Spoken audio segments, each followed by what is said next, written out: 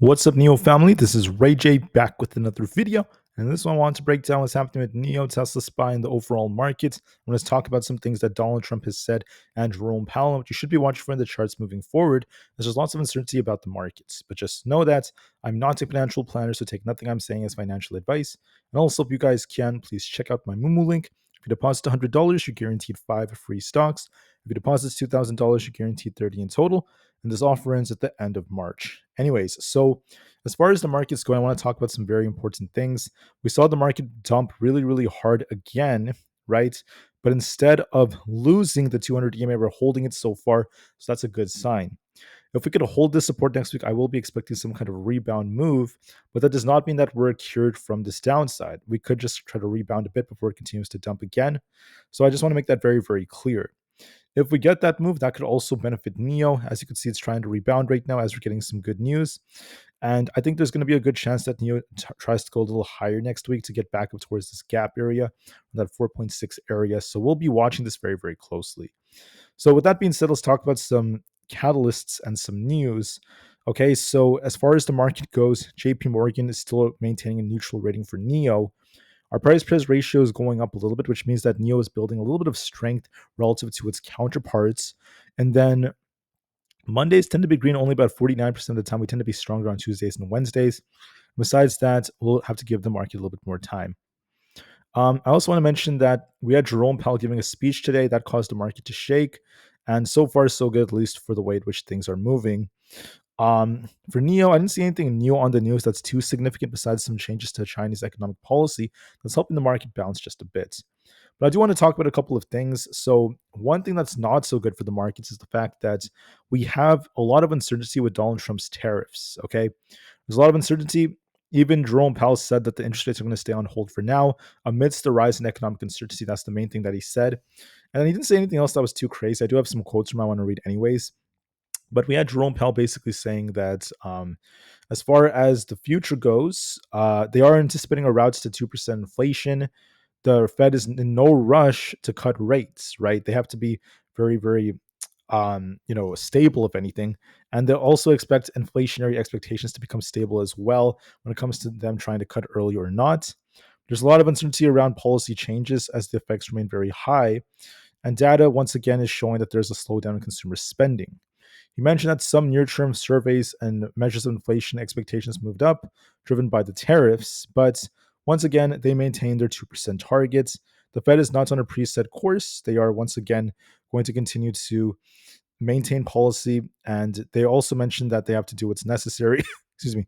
So they're going to maintain policy as much as they can, and he basically remained optimistic about how things are going. So that's going to be very, very important. Besides that, he mentioned that we have to continue to see, how things are concluding. And he mentioned that the Fed is in a very, very important state to help to maintain growth. So that's it from Jerome Powell. He's just saying the same things over and over again. He wants us to keep rates essentially the same. And then on top of this, I want to mention that there is also uncertainty about Donald Trump. Donald Trump was saying all kinds of different things.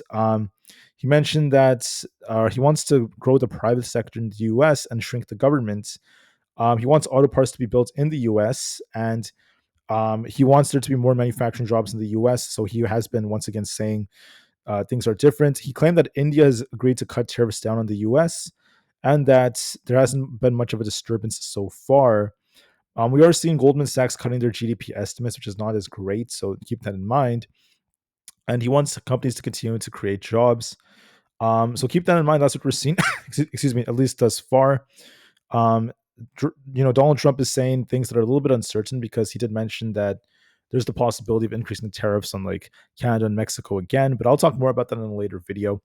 Let's talk about what's happening for next week. So Monday is going to be quiet. We do have consumer inflationary expectations. I do expect this to be a little hot. So be careful, guys. Inflation is expected to go up according to what analysts are expecting. Then we have the JOLTS job openings and job quits reports.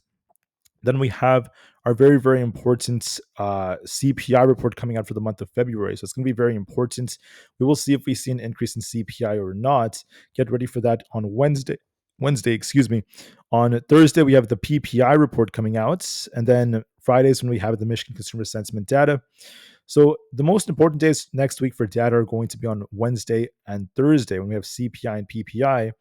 And for earnings, this is all we're seeing, nothing too crazy. We just have like Oracle, Kohl's, lots of these retail stocks. So just keep that in mind. So as far as NIO is going, we're looking for a rebound. If we could hold above 4.42 next week, we're looking for an attempt for 4.6. This could attempt a temporary rebound.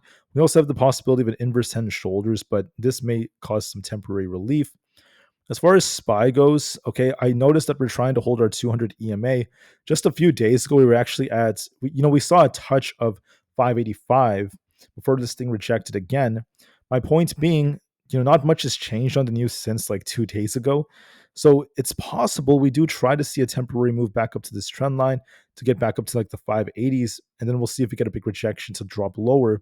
We'll see how high this takes us. If we can break 585, we're going to be even more bullish just temporarily before we end up likely continuing to fall. I don't think the downside is done yet still. I think there's still a lot more room to go, but we'll see if we get temporary relief. Now, why am I saying temporary relief?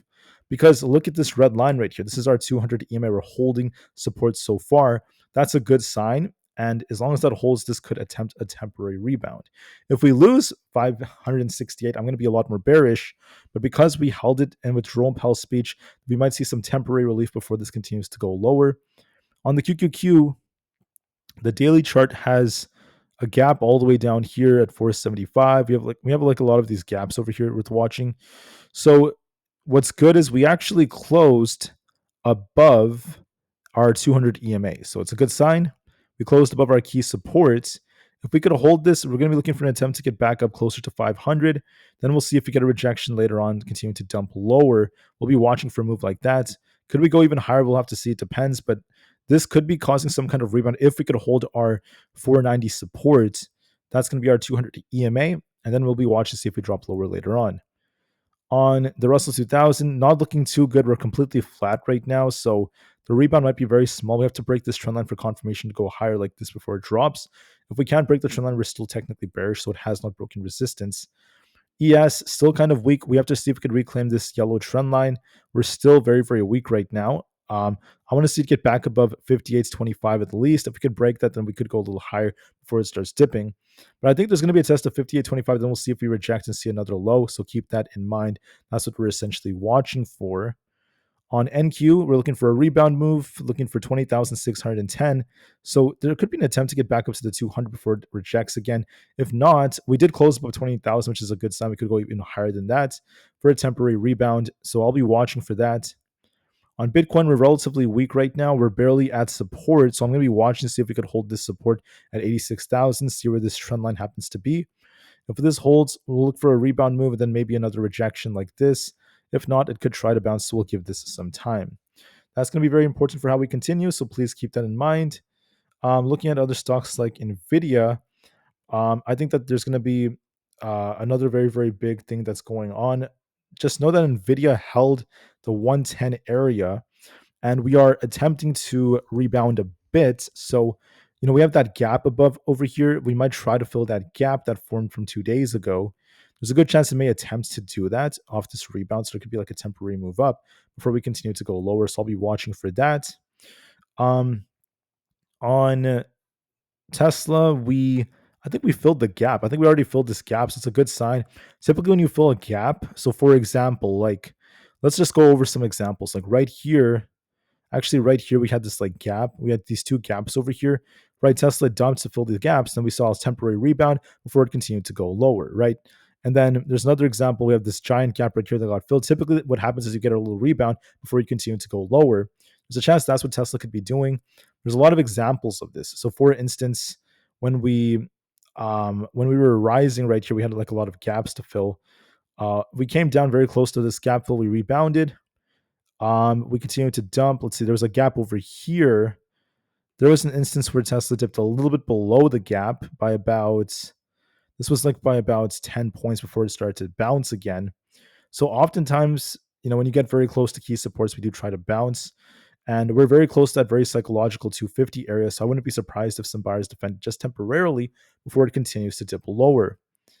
On Aapl, it's technically on an uptrend. If we lose this trend line, we're bearish. For now, we're holding it, so this could try to push higher. Let me go over just a few more. Coin is looking bullish on the daily time frame, so this could be looking for essentially 225. Amazon is, in my opinion, kind of stuck right now. We need to see this reclaim 201. If that breaks, we're looking for an attempt for like 206. Meta has a doji here. It could be trying to get back up to about 650. Microsoft could be looking for an attempt for 397. And then Google could be trying to get up higher for 180 before it tries to reject. So there's also this gap over here. I wonder if we get closer to that gap, well, then we reject again. So could be temporary relief, not a guarantee, just a possibility. The VIX needs confirmation. If we start losing like 21.5, then yes, this could dip a little bit more. So the market is still looking like it wants to rebound just a little bit. But despite that, it's still bearish, right? It's still bearish overall. Could see a temporary relief move before it continues to dump. NIO could try to go a little bit higher to fill this gap. Like I said before, might just be a temporary move. We'll be watching to see if this inverse head and shoulders pans out. Regardless, this does look bullish on the daily. We're nearing a bullish cross in the PPO. The RSI also looks like it has potential, so we'll give it some time. Anyways, that's it for this one. I thank you all so much for listening, and peace out.